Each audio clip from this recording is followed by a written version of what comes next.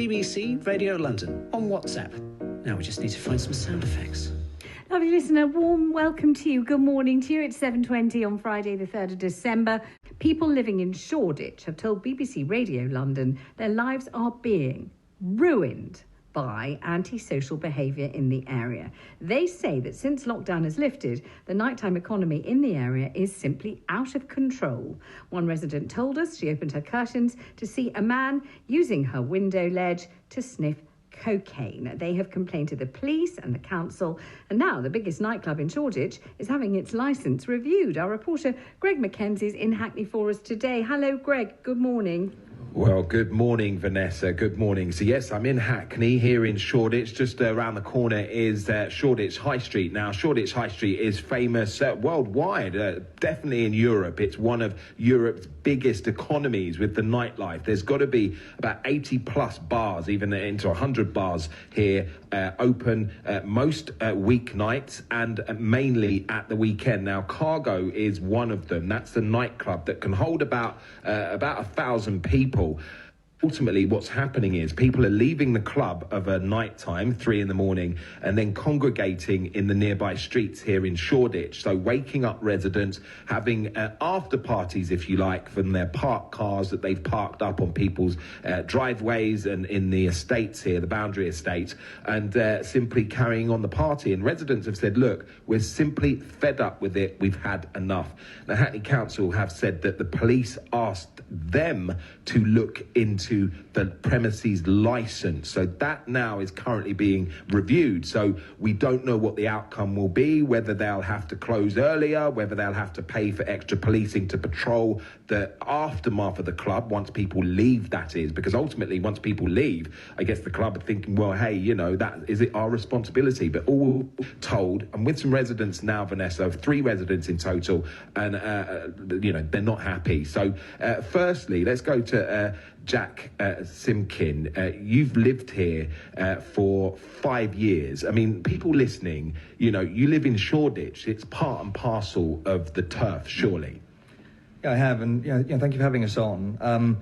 Look, I think it's important to frame where I'm coming from here, right? So I'm a 38-year-old.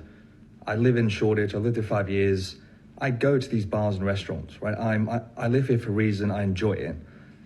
We live in a big city, right? So we're not expecting, noise. That just comes with the territory. It is what it is, right? I've lived in New York, Hong Kong, and here, and that's fine, right? But you get to a point where, I work, mornings. So I leave my house on a Saturday morning, Sunday morning at 4:30, and you get to the point where walking past people lying on the street, stabbed and bleeding out, is a normal occurrence, and that's no exaggeration, right? So the noise, the urine, look, it is what it is, right? You live in a populated area. But when you're walking out and you're constantly seeing, group fights between, young men, young women, both, you're seeing women being, I've seen the aftermath of 3 or 4 sexual assaults, right? And the police are always around. They're here, right? But, when you're walking past this stuff and it's a normal, regular occurrence on a Saturday or Sunday morning, you just kind of have to look back and go, what the hell are we doing, right? And, it's not, it's directly correlated to if a venue is bringing hundreds and hundreds of people into a place at one time and you're not managing the pre or the post, it just doesn't work, right? And I go to Cargo, right? I've been over the years hundreds of times, right? So I'm not an anti-club person. I enjoy them, right? But if you're not willing to manage the pre and post and work with, the club, the council and the police to deal with it, then, these things are going to happen, right? And you just can't have this going on in London, where stabbings and watching kids bleeding out on the street is a regular occurrence. All right, Jack. Well, also listening to that is Matt Mitchell. Now, you're new to the area. You only moved here a year ago. Now, surely you must have known this was a busy nighttime economy here. Why did you move here? Or did you not know? Well, it was not exactly my first choice. So my landlord actually opted to sell my previous flat when I moved, or shortly before. And so this was kind of my only option at the time during lockdown. Of course, back then, little did I know the sort of carnage that was going to unfold. It was quite quiet. as soon as everything started to open up again, then even from 6 p.m. on a Friday night, Saturday night, people are coming in their cars, they're starting to pre-game, they're starting to get in the sort of party mood. Nos balloons, alcohol, all kinds of stuff from early until 6 the next morning. So, yeah, I think I would maybe say that question is more appropriately asked to residents who don't have the sort of flexibility that I would have to move away. I'm single, not married, no kids. I have, residents, neighbours in my block whose kids attend the local school.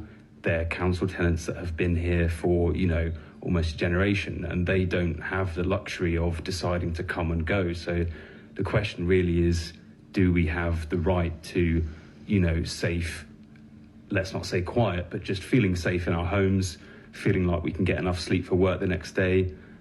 We don't have that luxury at the moment.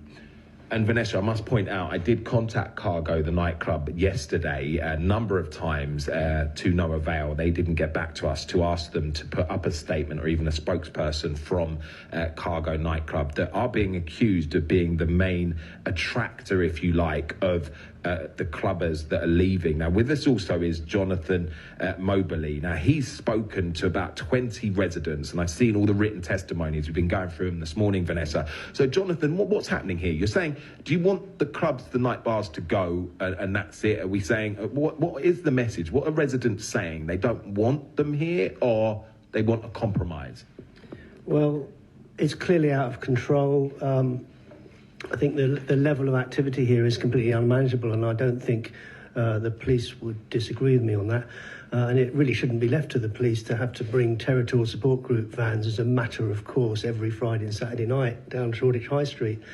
So it's a victim of its own success, I suppose. The bars are over-concentrated. Many of them are owned by one single company, so there's far too much managed intensity in far too small an area. We need to reduce the number of licences, I guess, and there needs to be a lot firmer management of the licences that exist. And we need much more management of the late night exit process. Once thousands of people exit the clubs 3 a.m, they're here for another 2 or 3 hours, hanging out around the cars. We call the phenomenon car bars, after parties on residential streets, on council estates. And Vanessa, the police have issued a statement to us, to BBC Radio London, and it says they are looking into this, and it says the management of Cargo nightclub have not addressed key concerns frequently raised by the police relating to high levels of crime and disorder in and around the venue. There is no greater responsibility for police than the safety of the public, and as a result, the decision was taken to seek a review of their premises licence. Police licensing officers will continue to engage with Cargo's management team in an effort to secure a much improved environment for people living and working in the locality. Now, hearing that, Jonathan, what do you think? Does that appease? Is that enough? Well, I suppose personally I'd like to see Cargo shut down at least for a very long period of time. I don't think that'll happen. I don't think that's how these licence reviews work. And I also think that the laws around this are actually too weak because there doesn't seem to be a way of managing the cumulative impact of too many bars in an area. Everything has to come down to individual licensed premises, whereas the problem we've got here is the intensity of many clubs in one small area. And just lastly, so we've got to go to the news. In terms of the council, surely this is a huge revenue stream for the council, the nighttime economy, and the nighttime, the bars, the staff. Surely that does, in terms of the weighing up of the benefits v the no benefits. I mean, what do you make of that? Yeah, well, there's a bit of a disconnect here because we're actually on the border between Hackney and Tower Hamlets, and the bars are all in Hackney, but the residents that suffer, the residential areas are mainly in Tower Hamlets, and we really need Hackney Council to take on board the fact that residents in the neighbouring borough are suffering intensely from their promotion of the nighttime economy in their area.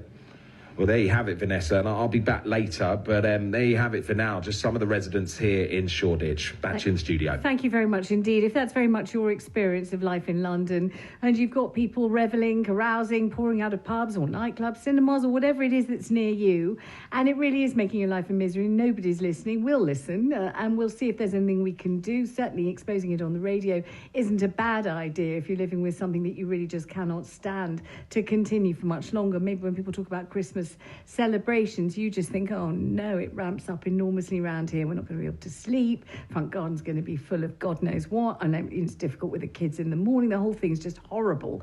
Then get in touch. If, on the other hand, you are one of the revelers and you're just thinking, look, you know, that is the nighttime economy. We come out late, we spend money, we keep the hospitality industry going and afloat, especially after all this lockdown, and they didn't make any money. Now here we are paying the money to have the fun, and people just better just belt up and get on with it. How do you feel about all of this? It really does depend where you live, how old you are, what your experience of London is, etc. 0800 731 2000, that is our free phone number, and we will be straight back with you after the news headlines.